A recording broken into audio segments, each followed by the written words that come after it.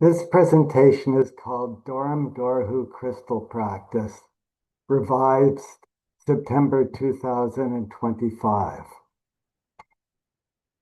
What are Dorhu, and this crystal practice? Dorhu refers to a group of extraterrestrial yoga-type practices for centering and calming mind and body. This presentation describes a specific Dorhu practice using crystals that Pleiadian scientist Jenhan Iridian explained to ET contactees Elena Denon and Dan Willis. Here's a picture of the Dorhu components. What are they?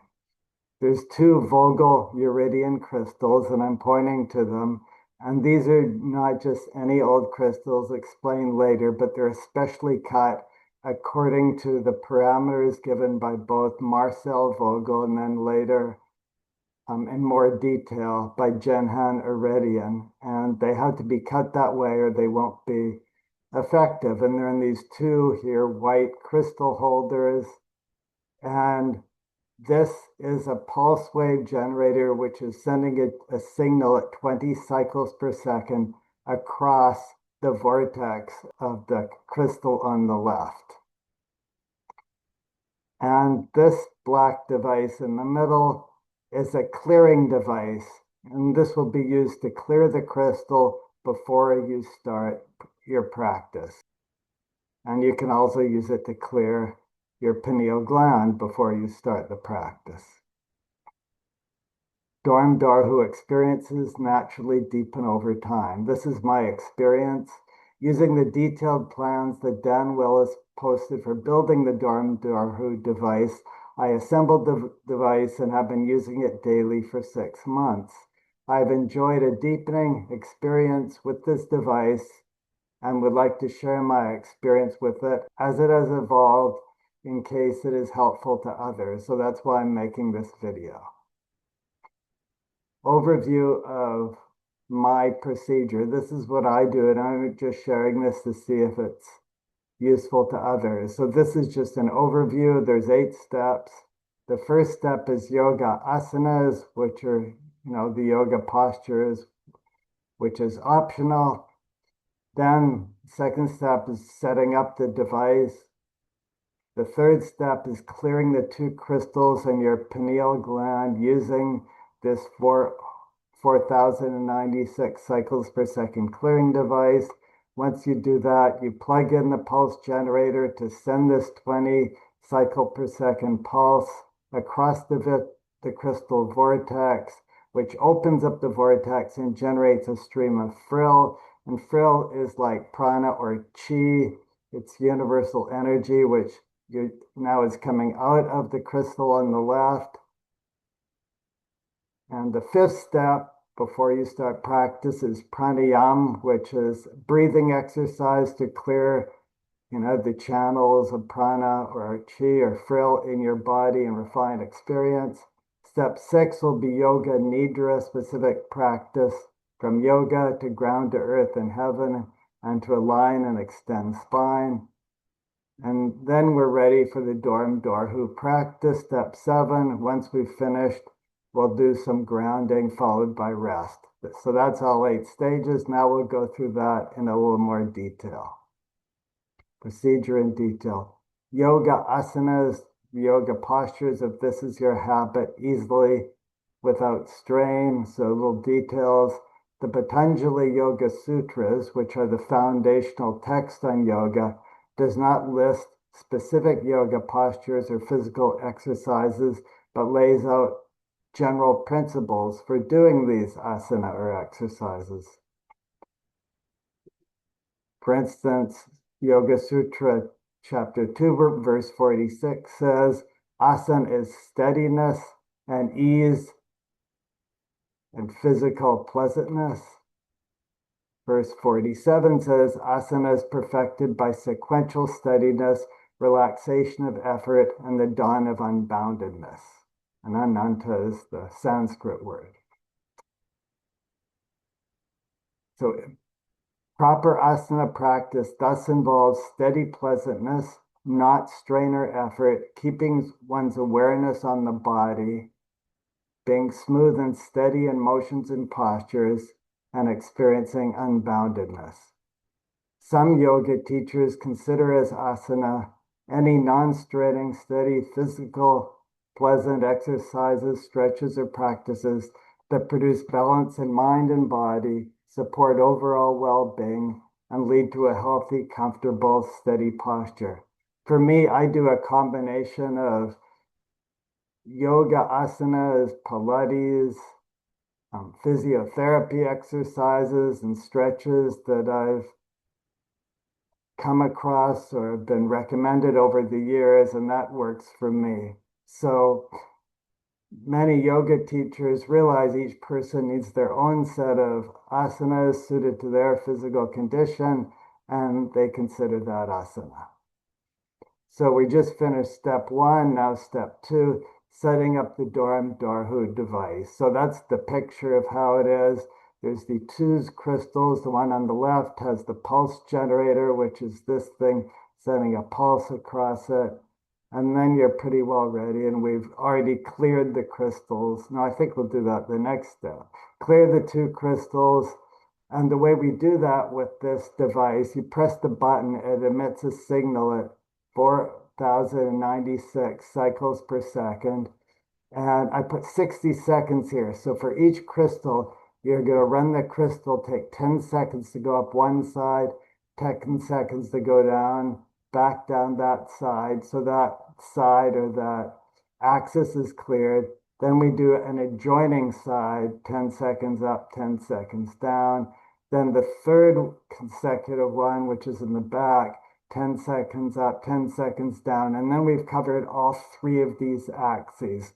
We don't need to do all six sides, though if you like to, you can. I usually do all six sides. So 1 minute, 60 seconds or more on this crystal, 60 seconds on that crystal, and 30 seconds we can use to clear your pineal gland. Now, the device we do not place on the crystal or on your pineal gland, but perhaps half an inch or something off it, a bit of a space.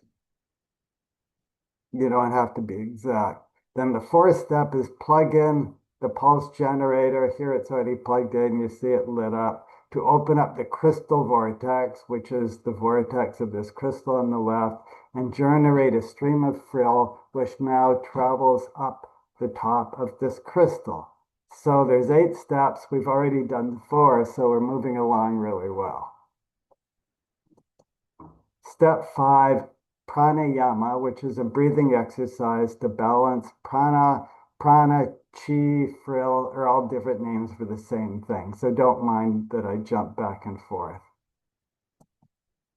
There are many different pranayama practices.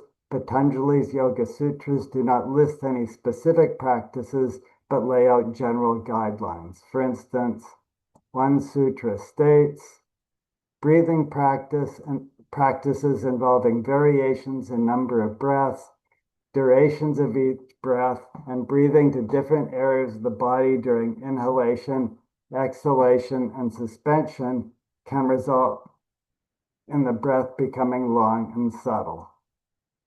Thus, from that verse, we see that conscious breathing or being aware of one's body in the process of breathing is an integral aspect of most pranayama practices. I point this out because some people practice pranayama without any attention on it and just, while they're thinking about their daily chores or their to-do list. But with your attention on the body, it's more effective. Another aspect is diaphragmatic or belly breathing, which is breathing all the way down to the diaphragm. This is also emphasized. Diaphragmatic breathing mechanically stimulates the vagus nerve, which runs through the diaphragm, triggering the parasympathetic nervous system relaxation and homeostatic balance. This is well known in medicine. And diaphragmatic breathing also increases available oxygen in the cells, which leads to many health benefits. I'm not going to go through those here, like benefits to digestion and various things. I will next teach a specific pranayama practice that incorporates these principles, works for me, and connects well with this Dorhu practice. But if you prefer another pranayama practice, that is fine. Just do what works for you. So I'll teach now this practice. So we're up to, well, this is point 5, but this is like Nadi Shodhana Pranayama, alternate nostril breathing with body awareness and diaphragmatic breathing. So how we start. First, sit up straight with both nostrils open, and you put your left palm on your belly. Then slowly and smoothly breathe into your belly, feeling your belly rise or expand under your left hand. Then you know you're doing diaphragmatic breathing. So we breathe into the belly, not just, the throat or the chest, into the belly. Feel your belly rise or expand under your left hand. Then continue to inhale slowly and smoothly, sequentially filling up after your belly, your chest, your throat, your head, like you're filling up a balloon from the bottom up. So feel all those different areas sequentially filling up. At the top of the inhale, if comfortable, you can pause for a few seconds. Next, okay, so that was with both nostrils open. Now you're going to close the right nostril with the right thumb and breathe and begin exhaling through the left nostril slowly and smoothly from the top of the head, progressively down through the neck, chest, lungs, stomach, diaphragm, and pelvic floor, like you're squeezing the air out of a balloon from the top down or wringing out a claw. So at the bottom, once you've got down to the diaphragm, you should feel your diaphragm going in, then your pelvic floor, you could feel, contracting, so you're squeezing out a cloth or the balloon from the top down. Then once you've finished squeezing all the air out, then you feel yourself grounding to the earth. If you want, you can feel, visualize roots growing into the ground. So then what's next? Now that we've exhaled. Well, then we start inhale. So we pause for a few seconds, visualize roots growing from your root chakra and feet into the ground. Now we start inhaling. The thumb is still on the right nostril. So we breathe in through the left nostril, slowly and smoothly, filling up the body like a balloon from the bottom progressively up to the top of the head. And once we're filled up everywhere up to the top, pause for a few seconds and you can feel your connection to above or to heaven, like we're connecting all the way up. At this point, we're full. What do we do? Next, we remove the right thumb from the right nostril, place the left ring finger and adjacent finger. And I use the word adjacent because some people like to use the middle finger. Some teachers recommend the ring finger and the little finger on the left nostril. So you choose. So we close the left nostril, we open the right nostril, and we repeat the process on the left side. So we're exhaling from the top all the way down to the diaphragm at the bottom and the pelvic floor. We pause there. Then we start inhaling from the bottom up, filling up the balloon. And we've done that. So we've done that completely on the right side now.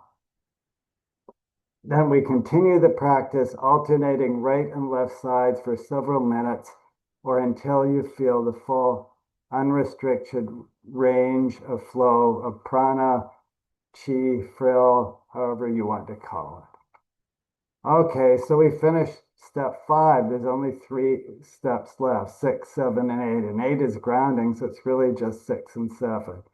Yoga Nidra, to ground to heaven and earth and to align and extend spine. So what are the stages of Yoga Nidra? First, close your eyes. And this Yoga Nidra is very quick. Then step one, feel or surrender to unconditional love for everyone and everything. Surrender and trust. Step two, within that love, be open and aware of whatever is going on in your body.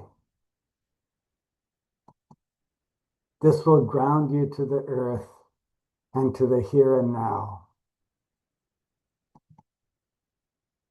Step three, within that love, well grounded to the earth, let your awareness expand as a bridge to the entire universe. Just relax.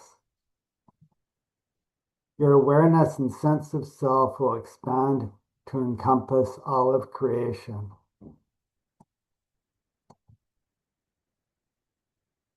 There is nothing more you need to do. There's two more steps. We've done three steps, but the next two are automatic, so they'll just happen by themselves.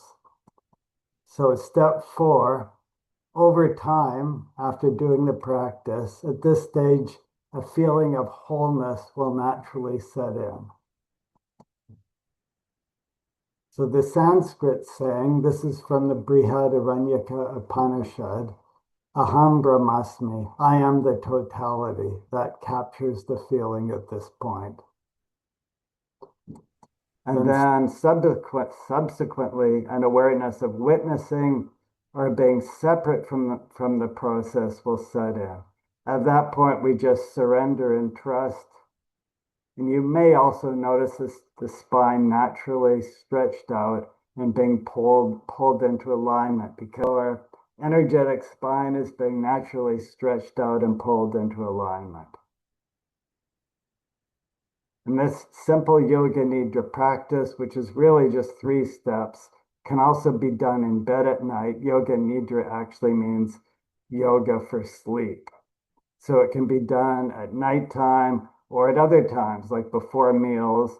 And I use the word momentarily because after you've done it a few times, you just think the word Yoga Nidra, then bang, it just happens. You just connect to above and below, and that's it.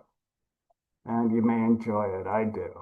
Yoga Nidra, unconditional love for everyone and everything, is the foundation and key for Dorhu, also for life, unconditional love. So it's a very simple little practice, but I find it's really wonderful. You could just do it at night, especially it helps for sleep. Do it before meals, whenever you like. Now, Jenhan Aredian recommends putting yourself in a gamma state, a state of unconditional love before beginning Dorhu, and Yoga Nidra does that, so it's perfect. And you can also do Yoga Nidra before pranayam or before asanas if you like to settle yourself. Correspondence of the 5 stages of Yoga Nidra with the 5 yamas. And this is optional. I just put this in because the 5 yamas is the first limb of the 8 limbs of yoga. And this Yoga Nidra practice was actually derived from the 5 yamas. So I feel for the sake of completeness to just put it in, but I'll just quickly go through it. Corresponding 5 yamas. Feeling unconditional love for everyone and everything corresponds with ahimsa or compassion or nonviolence.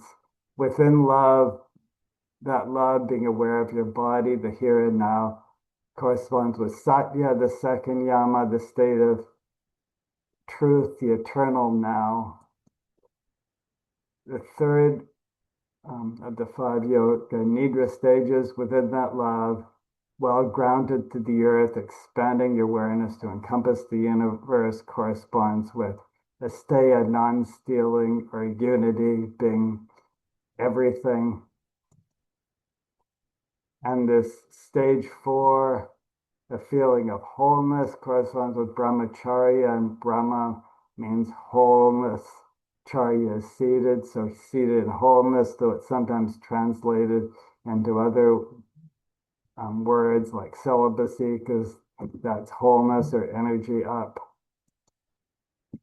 5, subsequently, an awareness of witnessing or being separate from the process will set in. And the 5th yama is a parigraha, non-possession, which relates to witnessing. So that's just a quick summary of this correspondence. So now we're getting ready for Dorhu. So I've got 2 slides called preparation for Dorhu, then the actual Dorhu practice. Preparation. Now that pranayama and yoga nidra have given us an awareness of prana flowing through the body and up the central cord or spine, connecting earth and heaven, we are ready for Dorhu practice. And I put this in, don't forget to do pranayama and yoga nidra. And this is partly for me, because sometimes I sit down and I want to just start doing the Dorhu and I forget to do the yoga nidra and the pranayama, but they're very important. So reminder to you and also to me. Now we can picture the central cord, which runs up the spine.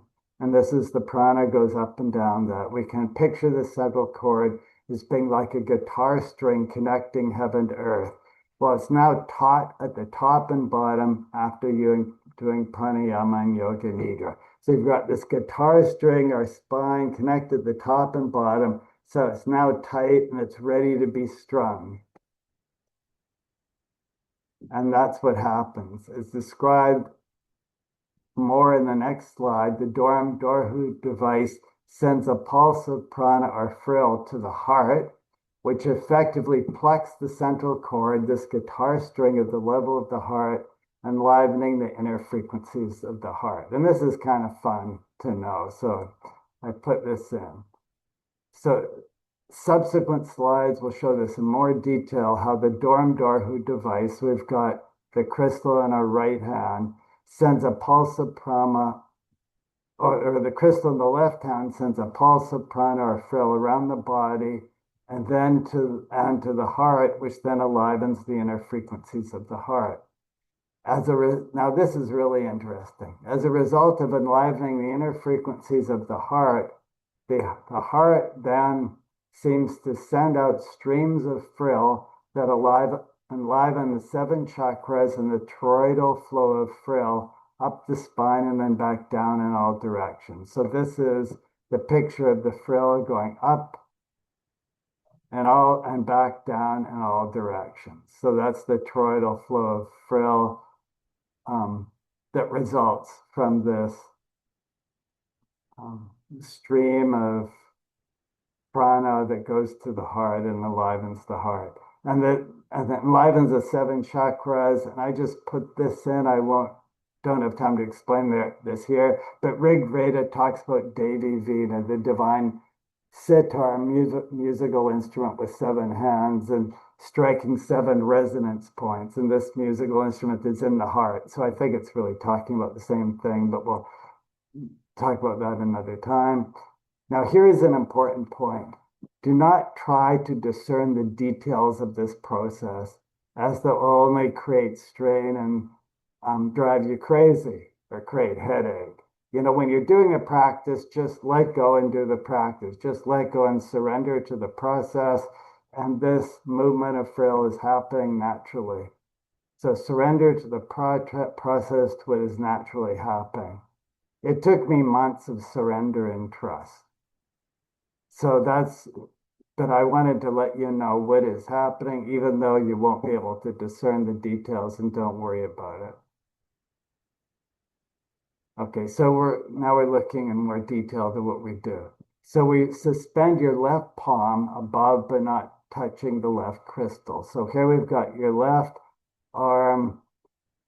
And for comfort, you can support your left arm on a box. So I've got my left arm supported on a box. This box is white, so it doesn't really look like anything. That's support on my arm. So my palm is now suspended over that left crystal. And the left crystal has a pulse or signal going across it to enliven the prana. So the prana goes going up my hand or up the crystal into my hand. Place the fingers of your right hand on the right crystal. So there'll be a crystal on the right, and we put the fingers of our right hand on the crystal, which is held in a crystal holder, this white thing below, and pointed at your heart. You can support your right arm by a book. I use the book called this, if that's comfortable. Now we'll look at this in more detail in the next slide. With each exhale, visualize yourself projecting a tiny pulse of breath to the vortex of the left crystal. So this is the left crystal. So with your exhales, you can visualize yourself projecting a pulse of breath to this crystal, and that shoots a stream of frill up into the left palm, down the left arm, through the chest, the right arm, and right palm down into the vortex of the right crystal. So you see that loop, the frill goes up into this arm, back and around into the right arm and the right palm and to the right crystal. And what happens next? The right crystal then shoots the frill to the heart, which enlivens the inner frequencies of the heart, which then shoots the frill out to enliven all 7 of your chakras and the toroidal flow of energy up the spine and back down in all directions. Isn't that neat? I found it really far up. Don't try to analyze or follow the process because it'll just inhibit it if you try and intellectualize it. Just surrender to the pulse, to the frequency. You may feel, if you're a meditator, you feel yourself transcending, being pulled into the transcendent. So TC is transcendental consciousness. That might be the most likely thing that happens because this flow of frill through the body relaxes the body, you get pulled into the transcendent. So just surrender to that, or the pulse, the frequency, whatever naturally unfolds or you feel. So just surrender to that. Don't try to analyze it, or that'll, you won't get anywhere. So are there deeper mechanics that we can understand of the Dorhu practice, the Dorhu crystal practice? This Dorhu crystal practice produces a soft flow of frill into the heart. This appears to enliven the heart in a balanced, natural way, so that one sinks deeper and deeper into higher and higher frequencies of pure love. All one needs to do is surrender to pure love and let go. There is no need to understand or perceive the mechanics of the process. Surrender, trust, and enjoy. It is all naturally happening, so there's nothing we need to do. If you wish to understand the underlying mechanics as I understand them, they are illustrated in the next slide. Yoga Nidra cycle within Dorhu, and we'll understand that in a moment. Spiraling deeper and deeper into pure love. At some point, you may become aware of these stages. In the meantime, do not strain, just be easy, relax, and surrender to what is happening. So the first stage, as we saw before with Yoga Nidra, is to feel unconditional love for everyone and everything. So we just relax and it's naturally there. And within that love, at step 2, be aware of the body, and awareness of the body grounds us to the earth. Then at step 3, within that love, let our body awareness expand to the universe. So we're now expanded to the universe. So that's the first 3 steps. The 4th step is a wholeness of the first 3 steps. So from that pure love at step 1, unconditional love, to being aware of our body, and then being aware of our expanded body, then back to pure love, because it's all within pure love. There's a natural reverberating within that ocean of pure love, and that's step 4. Then the last step, step 5, is witnessing or separation from the process.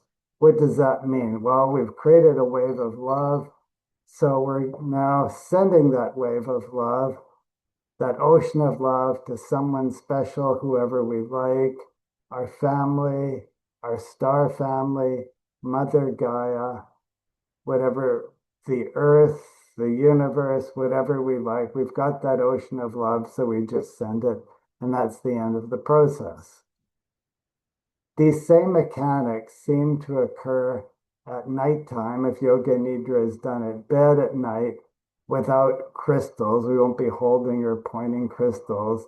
In bed, we can put our right palm, if it's comfortable, over our heart, and don't try to discern the mechanics.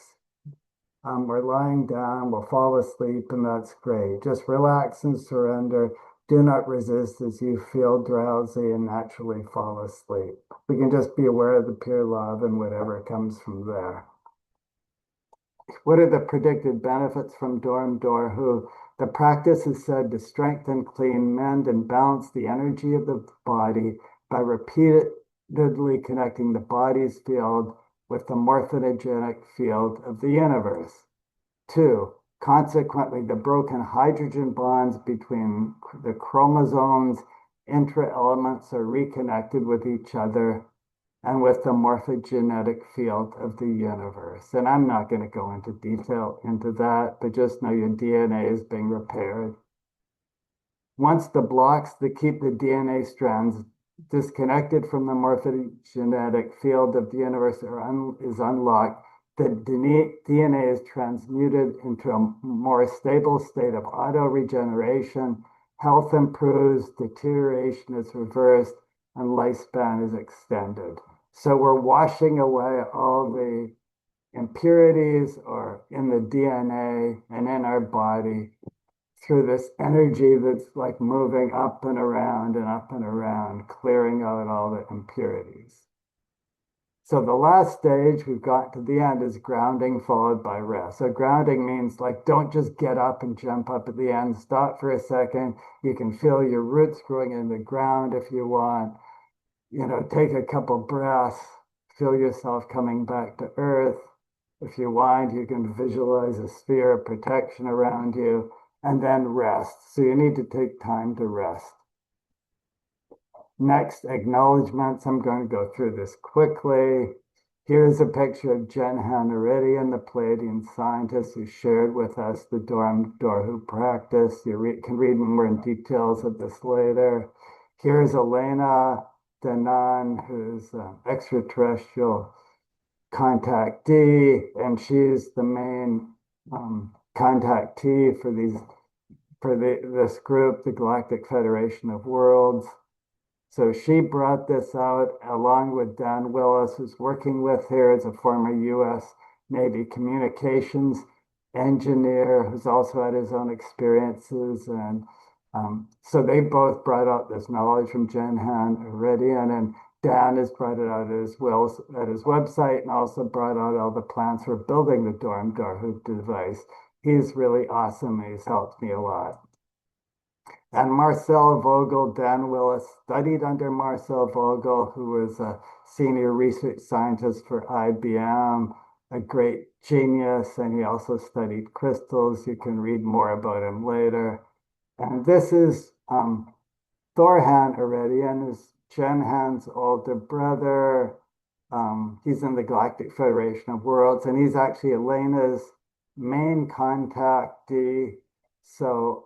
And he helped set up these communications. So he was very helpful in getting this information to us as well. And I'm just going to give like a brief glimpse into the advanced science and technology of crystals, just a few slides. So these, just to let you know, these Vogel iridium cut crystals are very precisely cut. One end is at 60 degrees, and the angle is, I think, from the horizon. The other end is at 51.83 degrees, and they're cut in alignment with the axes in a very scientific way. And I only know of one place in North America that makes these crystals. You can get them, not that I don't make any money from them, but it's crystal light and sound. That's where I get mine. Um, Becky Forsyth and her husband Russell. And why is this specific shape? Why this specific shape with those specific angles at either end? And it's because the um, this thicker end at 51.83 degrees connects with the etheric energy of the universe. It comes in there. And then the 60-degree, which is like the thinner end, is the one where the energy comes out. And we can then, tap that energy and use it. And in the middle is a focal point. There has to be a difference between these angles. So there's an energy resonating back and forth and then coming out this end. And the focal point here is where um, the pulse chainer has these two electrodes going back and forth, creating a signal which opens up this vortex, and then the energy comes out. More details later. This is another page about, I'll just read the first sentence. The frill from source is the most powerful energy you can ever imagine to harness, so it can be used for clean energy devices and all sorts of things. We'll show a few of them. This is Shara Aredian. She's actually the sister, um, older sister of Thorhan and Jenhan. And this is a pyramid-shaped device with a crystal energy in it. And the crystal inside generates energy. And the pyramid is sort of, allows that energy to be collected at the top and then transmitted. And the pyramid power plant in Era, the frill is harvested at top of the pyramid and teleported through quantum teleportation to second generators, which transpond the frill for the cities. So this is clean energy generation. We'll soon have that on Earth. And this is a frill-powered spaceship, and I'm not going to get into that. Elena Donan has gone through that in detail. She's the expert on the science. And there's also medical technologies like med beds based on fractal holographic technology and these crystals. Beyond physical technology, I think this is the last slide. Our universe is full of spiritual beings who are intent on harmony, peace, spiritual development, and helping others on this path. We are all fragments or fractals of one source creator. Our star brothers and sisters have been patiently waiting to meet us. The potential of the human race is beyond our wildest dreams, interstellar, intergalactic, interdimensional, and transtemporal. And I have Elena's book here called this because that describes that in great detail. So part 2 is just give you a preview when I've done part 2. In the next presentation, we'll look at Dorhu and this crystal practice in light of the Patanjali's Yoga Sutras in detail in the 8 limbs of yoga. Thank you.